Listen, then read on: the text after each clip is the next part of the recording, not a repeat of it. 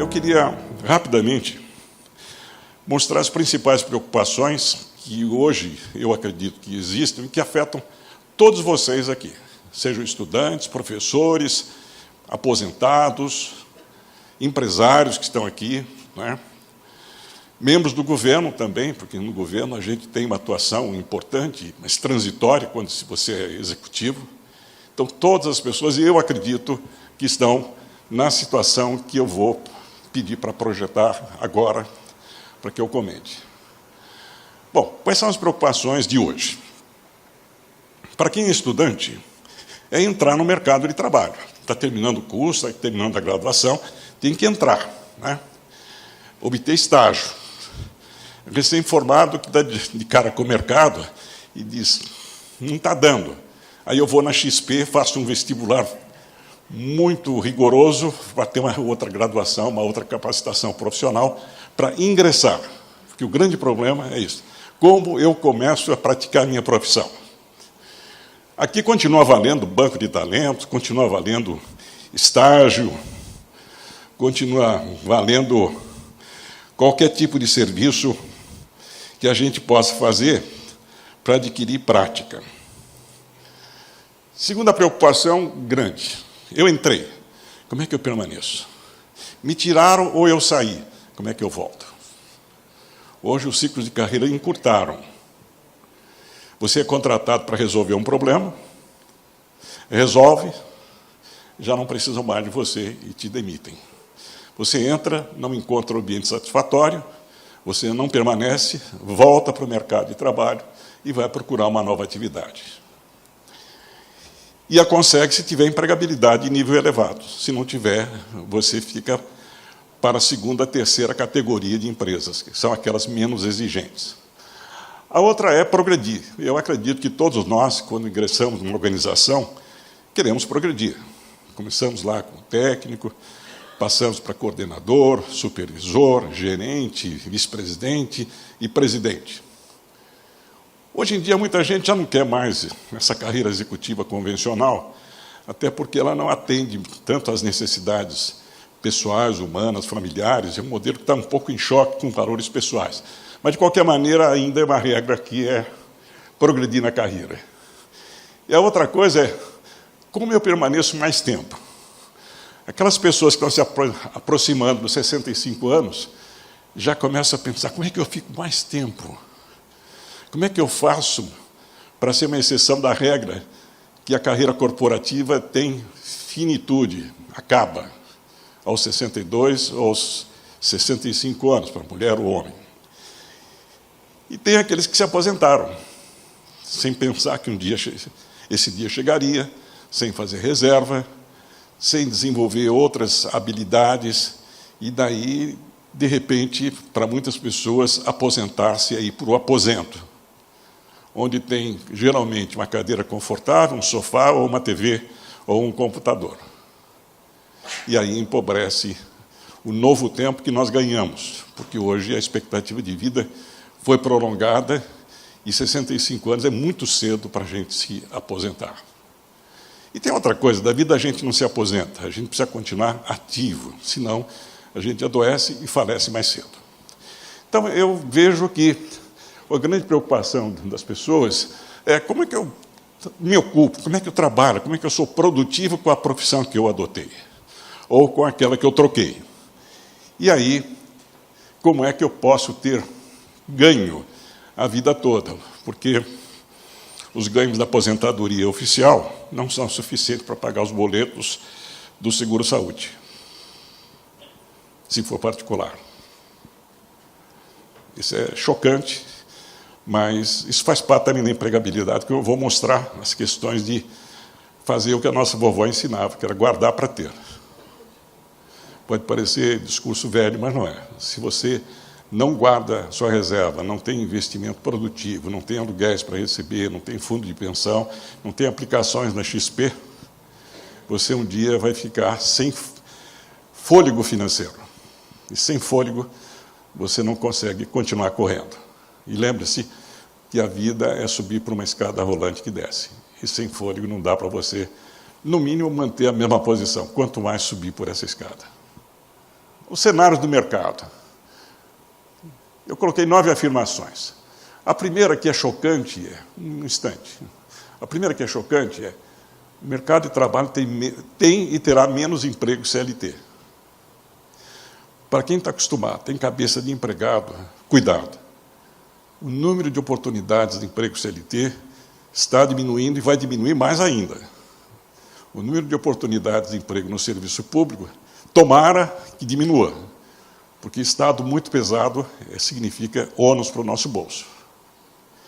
De qualquer maneira, trabalho não acaba nunca, por uma razão muito simples. Trabalho depende da existência de pessoas que têm problemas, necessidades e impossibilidades que levam alguém a contratar outrem para resolver. Então, o mercado de trabalho é inesgotável, desde que a pessoa tenha condição, compreensão e jeito de interagir com o mercado de trabalho do jeito que é hoje. Segundo, as organizações hoje estão trabalhando com menos pessoas e procuram as pessoas melhor qualificadas. E aí, como consequência, os processos de seleção são mais rigorosos para escolher o melhor. Hoje não dá para ter uma equipe de profissionais mais ou menos. As organizações procuram, em qualquer lugar do mundo, como já foi mencionado, os melhores profissionais para trabalhar com menos profissionais, para ter mais produtividade e, com um custo controlável, fazer mais serviços, mais produtos. Depois,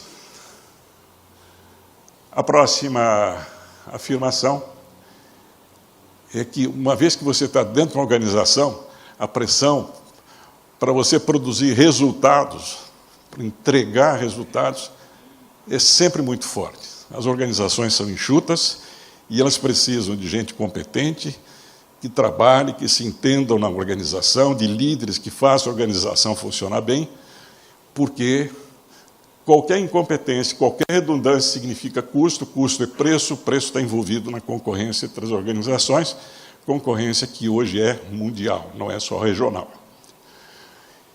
Em seguida, nós temos que os salários também têm sido mais contidos.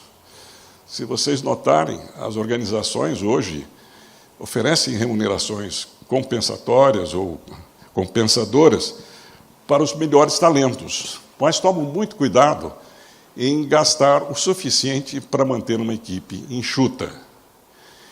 Isso tem passado, inicialmente, por redução dos benefícios. Muitas empresas já não dão carro, já não dão isso, aquilo, que era uma forma de aumentar a compensação. E muita gente que perdeu o emprego, ao retornar, tem perdas de ganho salarial. É uma coisa séria. Isso exige planejamento financeiro, isso exige reserva. Em seguida, os períodos de permanência, como eu já mencionei, são mais curtos. Antigamente, alguém ficava a vida inteira no emprego. Recentemente, alguém fica de 3 a 5 anos, ou vai ficar menos tempo, porque a contratação é por desafio, job, problema, tarefa, e uma vez completada, a manutenção de alguém que não precisa mais é custo. Então, vocês podem contar, quem está ingressando, quem está ainda na ativa, que o período que você vai ficar numa organização já não é tão longo quanto foi no passado. Então, aí aparece a transição pelo mercado de trabalho, que é um lugar que tem regras simples, é um lugar de troca entre quem tem um problema e quem tem uma solução. E na negociação que ocorre para contratar alguém, vem valor e preço, valor e salário. Isso justifica também o segundo aspecto da condição de ser contratável, que é de ser atraente para o mercado, mas de saber enfrentar a transição quando quiser ou quando precisar. Quem não sabe procurar trabalho, não sabe procurar cliente, quem não sabe procurar emprego, quem não sabe vender, quem não cultiva sua rede de relacionamento, quem não cultiva sua marca como um profissional, terá grande dificuldade na transição. Aí eu estou enfatizando a empregabilidade do ponto de vista de responsabilidade individual, não só da escola, não só do Estado, não só do empregador. Para você sobreviver, você, que é dono da sua carreira, precisa cuidar muito bem dela. E aí, para terminar, as demissões são mais frequentes e a carreira nas corporações tem fim. Um belo dia vai acabar. Existem muitas outras preocupações, é evidente. Essa lista poderia crescer. Mas eu achei que essas são as principais que descrevem, de certa maneira, os cenários do mercado, né? Que tem se complicado. Eu confesso que o nível de preocupação, de incerteza, tem aumentado muito. E que a gente tem que fazer, experimentar, aprender com erro, com acerto, compartilhar. E aí entra o outro aspecto atitudinal, que é perceber o valor do enturmamento, de andar junto, de compartilhar, de trocar, de ser solidário, que é um item de empregabilidade também. E olha, o grande vilão, ou o grande provocador dessas grandes mudanças que impactam a todos nós, é a transformação digital, a digitalização dos sistemas, do governo. Que coisa maravilhosa o poupa-tempo, que coisa maravilhosa os serviços públicos digitais, que coisa maravilhosa o sistema eleitoral, em que você tem, na justiça eleitoral, no seu celular, o seu título, a informação de como chegar, a indicação da sala certa, o lembrete de que dia 30 você tem que voltar, tudo isso está aqui.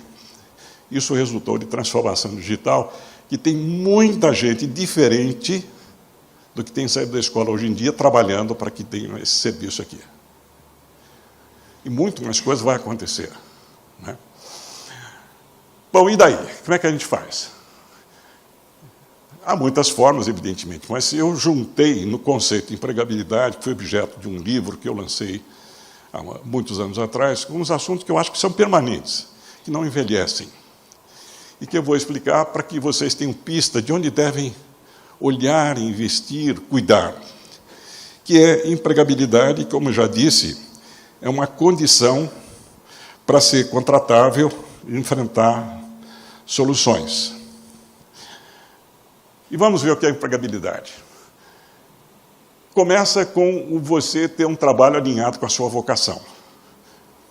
Quando a gente encontra um trabalho alinhado com a vocação, a gente é feliz no exercício profissional, a gente tem prazer de aprender, a gente tem prazer de procurar inovação, tem prazer pelo resultado do seu trabalho bem feito.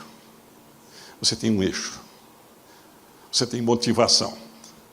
Então, a vida inteira, eu recomendo, como conselheiro, que a gente deve procurar um trabalho alinhado com a sua vocação.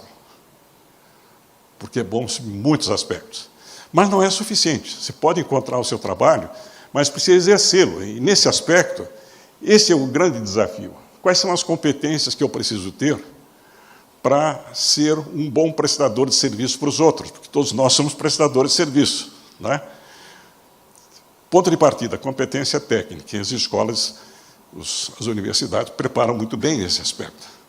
Mas precisa ter competência de relacionamento, competência tecnológica, como apareceu aqui no modelo, competência mercadológica, em termos de pensamento mercadológico, que eu vou aprofundar um pouquinho mais, de comunicação, e tudo isso faz parte do conteúdo com o qual a pessoa exerce a sua profissão, incluindo aí aspectos de relacionamento, de convivência com as pessoas. Além disso, a gente precisa andar direito, porque andar direito, até por malandragem, vale a pena. A exceção é que não vale a pena. Como é que se constrói uma marca profissional? Como é que você é objeto do desejo de alguém? Porque é competente, porque é idôneo, porque é correto, porque entrega. Então, eu chamo a atenção para o benefício da gente construir a sua marca como profissional e como pessoa, porque tudo é gente com gente. Não é uma organização que contrata, é uma pessoa de uma organização, é um empresário, é um um dirigente, um gestor. E as pessoas dão preferência para quem é honesto, para quem é cuidadoso e para quem tem uma marca bem definida como um bom profissional. Aliás, uma boa parte do recrutamento é feito na base informal, apesar de toda a contribuição do LinkedIn. Lembre-se de quando vocês precisaram contratar alguém. Certamente, vocês ligaram para algum amigo e disseram: você conhece um cara bom? Na linguagem bem caipira, lá da minha cidade. O cara bom significa competente e bom, idôneo, correto. Por isso eu indico que vale a pena ser honesto. Depois, precisa ter saúde. O tranco está muito difícil, está muito intenso. As pessoas são pressionadas de muitas formas. E precisa ter saúde física, emocional, precisa ter fé. São 3 aspectos que eu julgo de saúde. Sem fé, a gente não faz. Sem saúde, a gente não se relaciona bem, não convive bem, não aguenta o trabalho. E também precisa ter dinheiro, né? E dinheiro, se você começar cedo a guardar, você tem lá na frente. Ou agora, porque para ter independência de trocar de emprego, você precisa ter. Se você não tem, você engole chefe, engole ambiente tóxico, porque você não pode sair. Só pode sair quem tem o seu dinheiro ganho, herdado, aplicado, seja o que for. E, por final, relacionamentos. Isso é uma obviedade chocante, que é termos vínculos para valer com pessoas que, por alguma afinidade, nos aproximam. Hoje em dia se fala muito em networking, e eu tenho falado também, mas para trabalhar com a rede, para work com a rede, precisa ter net living, viver em rede, viver em grupos, viver em galera, em turma. Isso a gente é muito perdulário, a gente desperdiça a riqueza que começa na família, na escola, em que pessoas se tornam membros de um grupo. E, nesse sentido, eu quero lembrar que as pessoas que, por intuição, ou por técnica, ou por experiência pós-demissão, associada a uma empresa de outplacement que chamou atenção e treinou para fazer networking, é que a gente vive cercado de oportunidades, de professores, de colaboradores, de amigos, que são as pessoas. Então, pessoas constituem um patrimônio de natureza social que resolve problemas que dinheiro não resolve. Então, um alerta, um toque: cuidem bem dos seus relacionamentos. Eleja as pessoas que você vai cultivar. É impossível cuidar de todos que estão na sua rede do LinkedIn, mas 20, 30, 50 pessoas você consegue cultivar, lembrando-se dela, convidando, cumprimentando no aniversário, para que você tenha capital social à disposição. Então, no modelo que eu tenho difundido e estimulado como sustentação da condição de ser contratável, são esses os 5 aspectos. E se você investe só num deles, a sua estrutura de sustentação fica manca.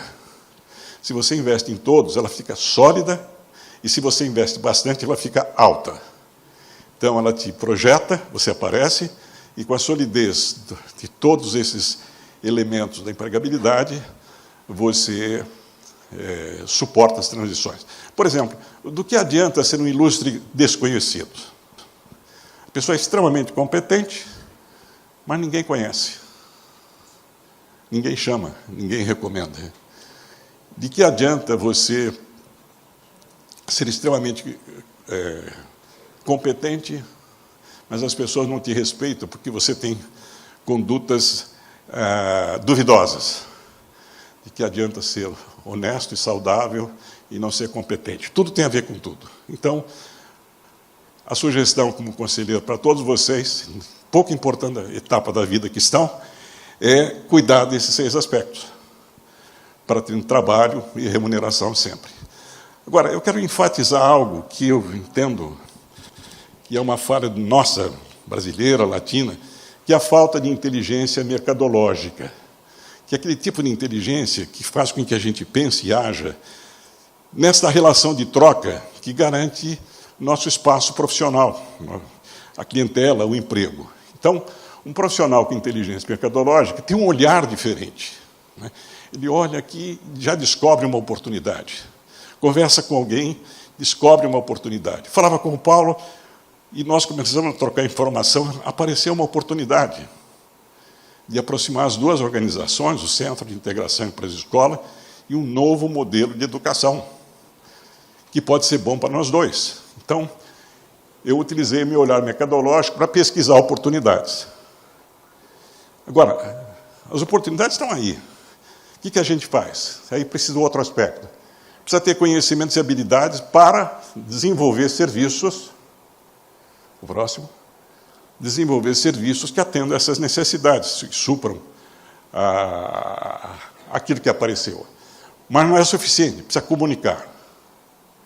Senão as pessoas não sabem, não adivinham. Aliás, quando vai fazer network, muita gente pede uma força e não diz em que direção e qual sentido. Não conta o que precisam. Portanto, deixa de receber naquilo que está à volta, naquilo que eu chamei dos professores, colaboradores, que fazem parte da rede. Então, é preciso ter habilidade de comunicação mercadológica para mostrar o valor, divulgar e propagandear. Não é feio fazer marketing pessoal, é necessário, que as pessoas não adivinham. Este óculo aqui não tem raio-x para definir o que é que você faz, você precisa contar, ou eu perguntar e ouvir, né? Aliás, a escutatória é uma coisa também que faz parte das competências. Perguntar e ouvir, porque as pessoas estão dispostas a ensinar, compartilhar, indicar. Habilidade de negociação. Habilidade de negociação. Você precisa vender o serviço. Precisa superar preconceito que for inculcado na gente que vender é feio. Eu digo para vocês, vender é uma atividade nobre porque oferecer ajuda da sua profissão para resolver o problema do outro. Se você sabe falar, tem uma boa solução de valor e gosta de ajudar o próximo, comece a falar, você já está vendendo. E se não vender, precisa que alguém venda. E se você quer ser empreendedor e não sabe vender, seu empreendimento não decola. Depois precisa entregar o serviço, prestar o serviço e, para finalizar, precisa ver se o cliente gostou e quer mais, ou quer outra coisa. Esses são os elementos que eu coloquei num livro também chamado Inteligência Mercadológica, que eu acho que as escolas poderiam colocar mais componentes na cabeça dos seus alunos. Porque os alunos vão para o mercado de trabalho, e lá no mercado de trabalho eles agem como? Segundo as regras do mercado. Se não tiver valor, ninguém compra. Se não fizer propaganda, ninguém sabe. Se não negociar, não tem uma boa solução. Então, com isto, eu completo meu aconselhamento público e coletivo como uma forma de retribuir a gentileza de vocês terem feito o convite para essa sessão inaugural. E deixo aqui, na tela seguinte, os meus dados de contato. Eu estou presente em todas as mídias sociais e, se alguém precisar, eu estou à inteira disposição. Muito obrigado. Bom seminário para todos.